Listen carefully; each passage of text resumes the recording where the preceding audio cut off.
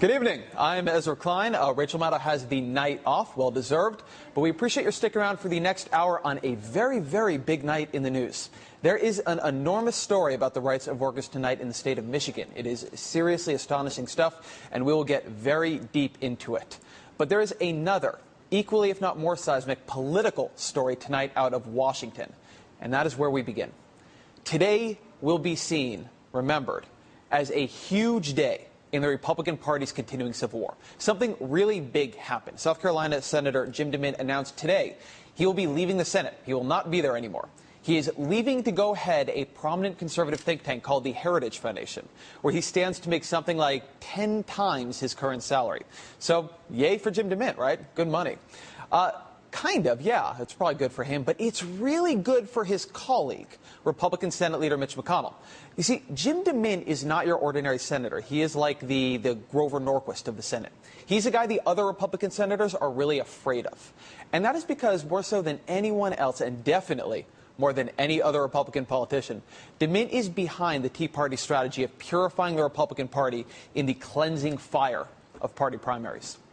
DeMint created this PAC called the Senate Conservatives Fund. It is a PAC, in fact, that he recently made into a super PAC, which I guess makes it more super, and it exists to help conservative Republicans beat other Republicans. Quote, since 2009, DeMint has raised more than $17 million to promote promising candidates in an effort to remake the Senate not just in a Republican image, but in a die-hard conservative one, the image of Jim DeMint, even. And he has often done it by going to electoral war with his own party leadership. In the 2010 midterm elections, DeMint threw his weight behind Marco Rubio in the Republican primary for Florida's Senate race, despite the fact that the National Republican Senatorial Committee and Republican leader Mitch McConnell endorsed Charlie Crist in that race. Marco Rubio went on to win that primary and that Senate seat. DeMint also backed Rand Paul in his primary. That was a fight, by the way, that took place in McConnell's home state of Kentucky, and McConnell endorsed the other guy, the not Rand Paul. But Paul won. He won his Senate race in Kentucky, which was deeply humiliating for Mitch McConnell. But DeMint has also backed a lot of candidates who won their primaries but did not go on to win their general elections, like Christine I Am Not a Witch O'Donnell, if you remember her. DeMint went against Mitch McConnell's wishes and backed the Not a Witch candidate, and she lost big time. He also backed Todd Akin of the legitimate rape comments and Richard Murdoch of the other rape comments. You could really argue the reason Mitch McConnell is not Senate Majority Leader today, the reason Jim DeMint isn't in the majority today, is because of Jim DeMint. But Jim DeMint says he's okay with that. I'd rather have 30 Republicans in the Senate who believe in the principles of freedom than 60 who don't believe in anything. Now,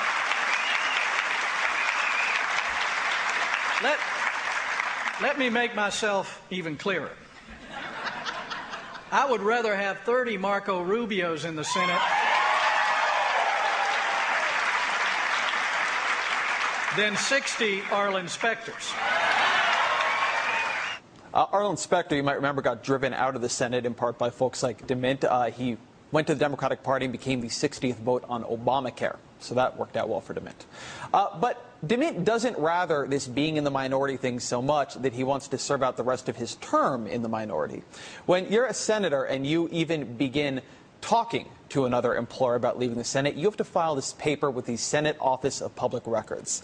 They do that so before a big vote on, say, an energy bill that will make oil companies really rich, you can't go to a big oil company and say, hey, don't you think I'd make a good executive vice president who doesn't do anything but makes a ton of money for not doing it, but makes way less money than you'll make if this bill that I'm going to be voting on passes?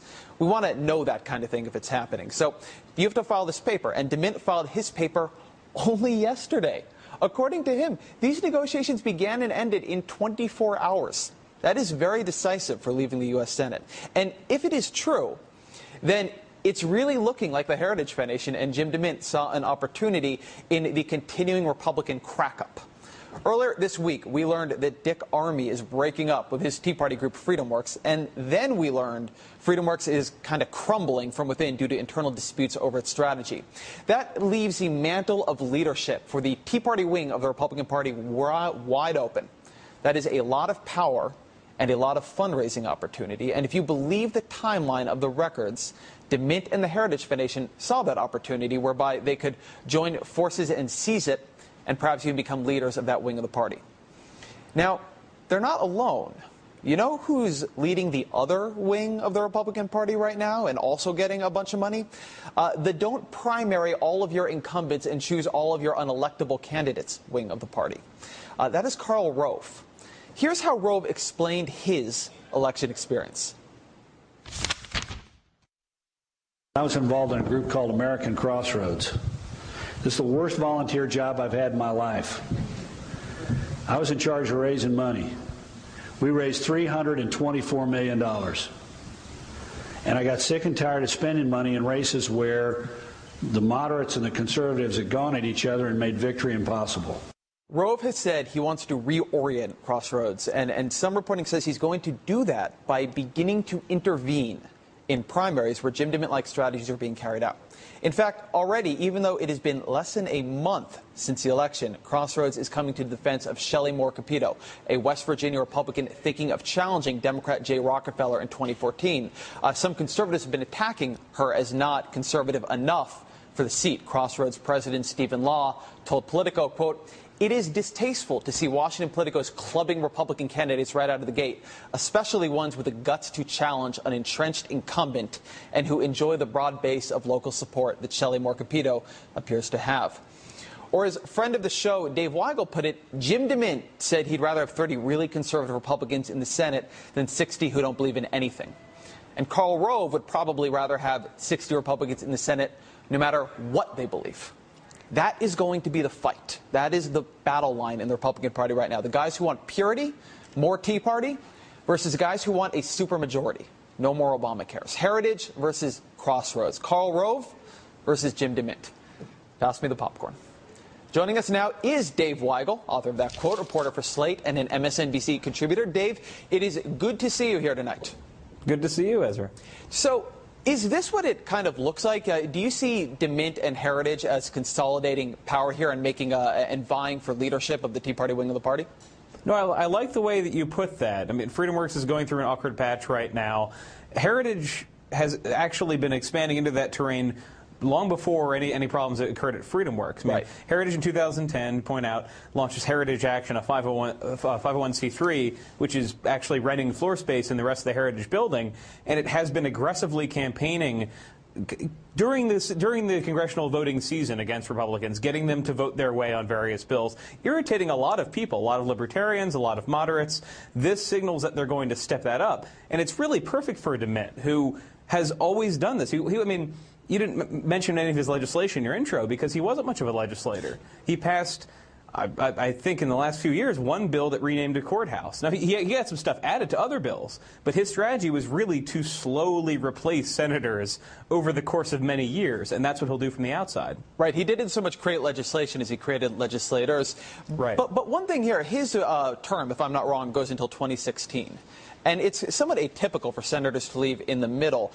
Being in the minority in the modern Senate is not super fun, and so it's hard to escape the impression here that a minority status that Jim DeMint helped create led him to leave early. It's like he's fleeing a situation that he brought into being. No, I think that's astute. And if you look at the seats that he had the influence on, people he actually brought into the Senate, he did create people in his mold to a degree that I don't think has been, anyone has done before. But he did it in seats already held by Republicans. The one semi-exception, as you point out, is Pennsylvania, where, Jim DeMint, in a way, inadvertently enabled the passage of the Affordable Care Act. Had Specter stay within the party, Specter's pattern was always to run towards Republicans in the primary, run towards the general. It was ineffective. The clip you played before when he talks about 60 senators who don't believe in anything, that's a little bit unfair to Republicans like Arlen Specter. Mm-hmm. They existed, and their vision for the Republican Party was to compromise on a couple of things, build the party out on immigration reform, build the party out on a Medicare Part D, on No Child Left Behind, all things DeMint opposed. He succeeded in making Republicans elected from places that safely vote Republican more conservative, and he didn't broaden the party at all. Mitch McConnell is not just craven. He believes that to win, the party can't vote the way Jim DeMint does. Jim DeMint said, well, fine, here's 7 people like me, I'll see you.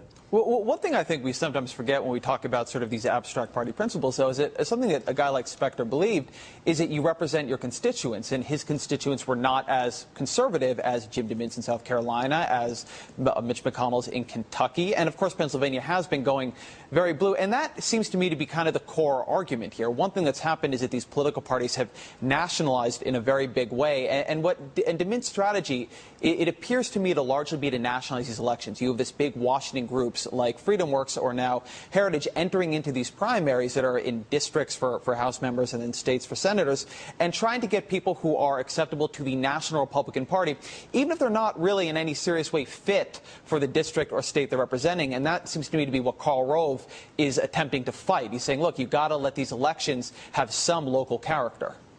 Yeah, and Newt Gingrich used to say, when Newt Gingrich was more of a wise man outside the party, said the same thing. Remember, Gingrich endorsed the Republican who was a moderate in a special election in upstate New York, which a lot of people have forgotten, but was kind of the kickoff to this this purge of non-conservatives.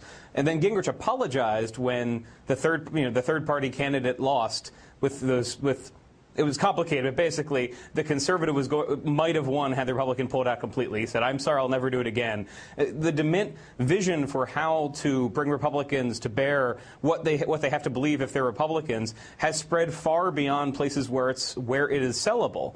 And I mean, and again, the people who disagree with him, they just don't see what he gained for all of that opposition. They saw you've stopped a couple of spending bills, but in the long run, or at least in the next couple of years, you've just set up a bunch of crisis points where Republicans don't have lots of leverage because our message looks like your message and voters reject it. I mean, voters by about 20-point margin blame Republicans now, right, or they will blame Republicans if there's a fiscal cliff crisis. Right. That's a lot to do with. Yeah. They prospectively blame Republicans for it, and it's in part from folks like DeMint. Dave Weig, reporter for Slate and an MSNBC contributor. Thank you for being here tonight, my friend. Thank you. Lame duck session apparently means different things in different parts of the country. In one hugely important industrial state, lame duck means shockingly bold action by the government. A lot of people calling it lame and other people ducking. It's big news and a serious conflict in the state of Michigan.